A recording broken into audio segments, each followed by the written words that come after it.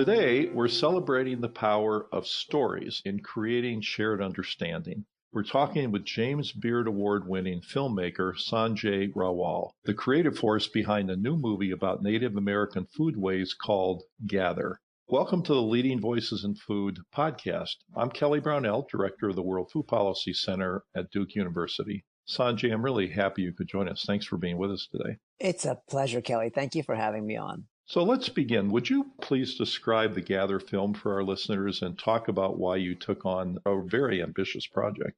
Gather is a new film released a few months back in September, and it's on the kind of esoteric subject of food sovereignty. What does that even mean? Well, we follow three sets of characters who are all citizens of different tribal nations on Turtle Island, what's now the United States. We follow a chef, Nephi Craig, who's a French-trained culinary professional who has returned to his homeland, his reservation, the White Mountain Apache tribal land in eastern Arizona, to set up a high-end, affordable restaurant that will deepen people's understanding of Apache food traditions. We also follow a young Lakota woman who grew up on a buffalo ranch in South Dakota on the Cheyenne River Sioux Nation, Elsie Dubray, and she's a scientist. She's studying the benefits of their traditional food, bison. And we follow a group of young gentlemen on the Klamath River in Northern California as they contend with the presence of a gigantic dam that's decimated their river health and salmon populations that have sustained their people for millennia. So through these interwoven stories, I believe we present a very kind of compelling narrative of a movement happening in tribal nations right now to reassert their sovereignty by reestablishing foodways that were taken away from them by the colonial extractive government of the United States.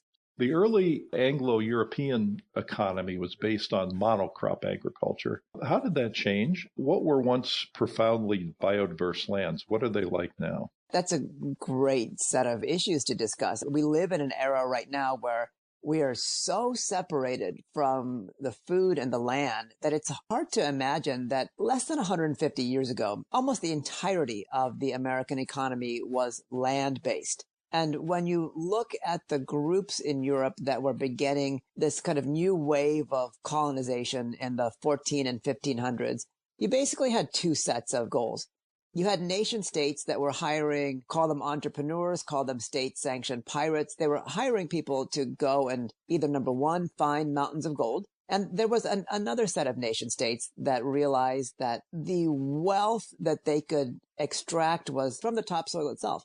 And those were the Anglo-European nation states who, in the beginning, funded Italian explorers to come and make an assessment of the eastern seaboard of what's now the United States. Those explorers saw that far from being wild terrain, they encountered highly advanced agricultural populations that had a deep understanding of farming, animal stewardship, foraging, waterways, fishing, etc. And they began to realize they could use the fertility that natives had built into their farming practices, use the fertility in that land and create economies of scale. They could force natives off their land, essentially keep that land with zero operating costs forever. And eventually they went to West Africa to find bodies, to find agrarian experts, as it were, and enslaved those people and brought them to Turtle Island. And so in a matter of 100 years, there was a massive farm economy primarily set up to send goods back to Europe. Cash crops like cotton, like tobacco. And the early American economy prized its relationship with continental Europe to a great degree because it relied on the purchase of these exported cash crops to generate and maintain wealth in the new economy. The American story is really one of land theft and one of practicing very destructive monocropping practices that would generate as much wealth as quickly as possible for the investors. It's just tragic what's happened to the Native American foodways and, of course, to the people themselves. Based on your learning in creating this film, what observations can you make about how the U.S. supply chain serves people in the Indian country, particularly since the COVID pandemic occurred? I'll go back to colonial history for a second. By the 1760s, the American farming economy had nearly exhausted the health of topsoil on the eastern seaboard, and American farmers wanted to push west of the Appalachian mountain range. And the British forbade that. Now, why would the British even care? Well, to support that sort of, we call that euphemistically exploration, a number of native people would need to be forcibly displaced again from their land, and that would require military support. And the British were unwilling to provide that military support. But one of the first things the Continental Congress did was establish the Northwest Ordinance, which opened up Indiana, Ohio, those states east of the Mississippi to farmers, not in the sense of the family farmers that we refer to now, but as folks that were, in a sense, land pirates. They were going and stealing land with force and then creating economies of scale to sell those goods back to the eastern seaboard and eventually export that. So on the eastern seaboard, with the exception of Florida, there was an almost immediate displacement of native populations. And with the Louisiana Purchase, there was this intention of establishing lands west of the Mississippi for native populations forever, keeping in mind that there's no such thing as Native American. There's hundreds of federally recognized tribes, hundreds more people that don't have that kind of political distinction. A number of populations like the Cherokee and the Seminole and the Creek were forced marched from the southeast, placed in Oklahoma, in lands that were completely foreign to their practices, their science, their way of life, their creation stories. But as more immigrants began entering the U.S. and wanted to stake out their own economic claim and not work for other people in cities, the only way to do so was to have a piece of land, a big piece of land, to grow enough corn or wheat to be able to sell it for a profit. That was the push west of the Mississippi. All along this way, native populations were forced into smaller and smaller and smaller parcels of land. And they were being forced to assimilate into the U.S. and to become farmers themselves, even if they were nomadic, even if they followed herds of buffalo throughout the year, even if they foraged or even if they fished. At the same time, because the U.S. economy relied so much on the best quality land, natives were effectively pushed to the worst quality farmable land. And as supply chain systems began being developed and refined in the United States and railroads built to ferry goods from the west back to the east, and the highway system built on top of those, at the same time keeping in mind that natives were pushed away from urban centers as much as possible, they remained completely untouched or unserved by the supply chain. So right now in Indian country, they are at the end, the terminus of supply chains, which is why you don't find a lot of grocery stores there, because grocery stores are expensive to run and they require a lot of people shopping and spending a lot of money. For the most part, people in indigenous communities have to drive 50, 60, 100 miles to get access to the same sorts of foods that mid-sized or small-sized American cities have access to. You know, if you wouldn't mind returning to the issue of how people perceive the land, what you brought up earlier was very interesting. You're painting a picture of one group of people who have descended from Anglo-Europeans who see the land as something that can be owned and something that is there to be exploited, where the Native Americans have a different approach to it. It's sort of a spiritual harmony that they have with the land, and ownership is perceived much differently. Would you mind expanding on that a bit? Keeping in mind that the early American economy was based on land and enslaved people, we can see the institutional ramifications of slavery in the way that, for example, law enforcement generally tends to treat African Americans right now. When it comes to Native issues, it's important to note that land in North America on Turtle Island always had a direct value for the economy. And you see the ramifications now in institutions like the USDA, which one of its many functions is measuring the economic output of land and giving loans and guarantees so that people farming land can hit certain benchmarks. But the system isn't set up to have farmable land fallow. It's not set up to allow the land to regenerate. The native view of land was multi-century long. It was restorative. It was regenerative. It was the opposite, we should say, of extractive. It was understanding that the land can only give human beings so much, and that humans need to understand the balance so that generations 7, 8, 9, 10 in the future can have the same unspoiled relationship with the land that generations now have. Now, when it comes to American policy, either things are extracted or things aren't extracted. Farming land versus national forests. There's no sense of the fact that we do need to take, we can take, but everything needs to be in balance. And that's what is missing from an equation. And I don't mean this in a bad way, but where in an economic sense, there's always a factor of greed, whether it's unadulterated greed or just wanting a little bit more. And that very ethos has never really been symbiotic with the Native American environmental ethos. So, one part of the Gather project focused on journalism, and I know that your team hired a number of Native American journalists and photographers to report on some of these issues you're talking about regarding food sovereignty. Can you talk about why collecting those stories was so important and what you did with them? The practice of documentary filmmaking is inherently, this is a heavy word, it's inherently exploitative, where you're going into a community and you're taking stories. And there's a whole series of expectations that people have that might not ever meet together in the middle. When someone comes to you and they share their story, it's with the expectation that they could be in your film. But anybody who knows a little bit about filmmaking knows that you have to talk to a lot of people to be able to find the stories that are going to be best suited to the visual medium that film is. You come across so many stories that might be better told by photographs. They might be better told in words. And that's what happened to us. In our development of this project, we visited a number of tribal communities, came across dozens of stories that had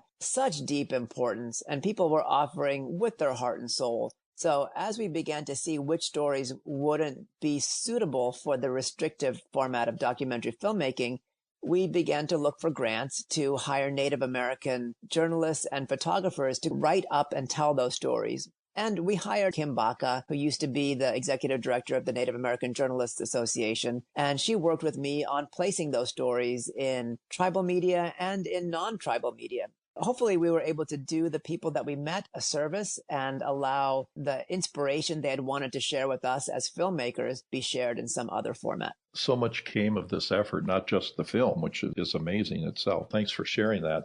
So when you interacted with so many people in the making of this film, what are your impressions? I'd made several films that had Native characters. My first film was called Food Chains, and it was about a group of tomato pickers in Florida called the Coalition of Immokalee Workers. And they're primarily seen as Latino, but they are in fact displaced indigenous Oaxacan, Chiapan, and Guatemalan migrants, for whom Spanish might be a second or a third language. My second film, 3100 Run and Become, was about ultra-distance running, but we had a San Bushman hunter character from the Kalahari, and we had a Navajo ultramarathoner from the Navajo reservation. I had already developed, a pretty deep affinity for Native American and indigenous culture because it reminded me so much of what I knew to be the village life that my father and my mother grew up in India. And so going into Indian country, I believe I could relate to people simply because I was a good listener.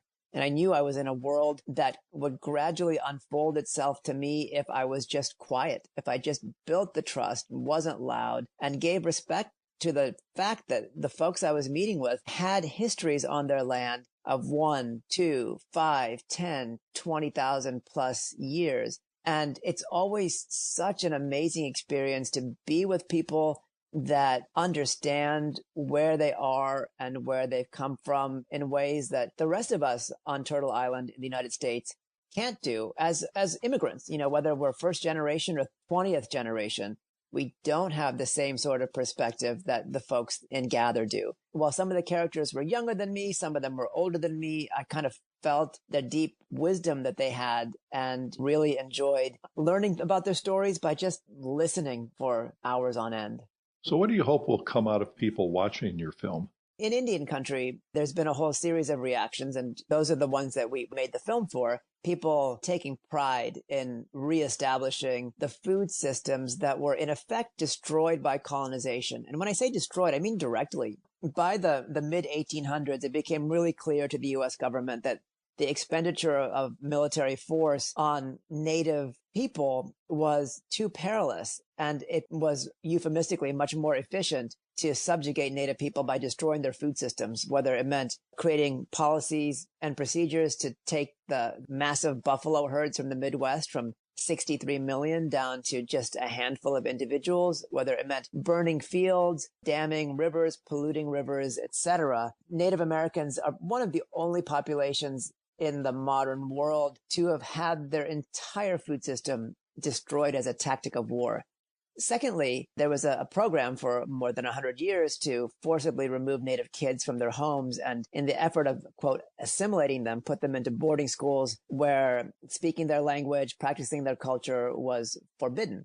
And so we've come to a stage in Indian country where people are trying to preserve the bits of wisdom, connection, science that still remains, that wasn't completely destroyed by these two programs. So when they see characters like Twyla Casador in our film, who is a master forager, one of the most in tune people with Mother Earth that I've ever met, they're inspired because they realize that their ancestors were exactly like Twyla.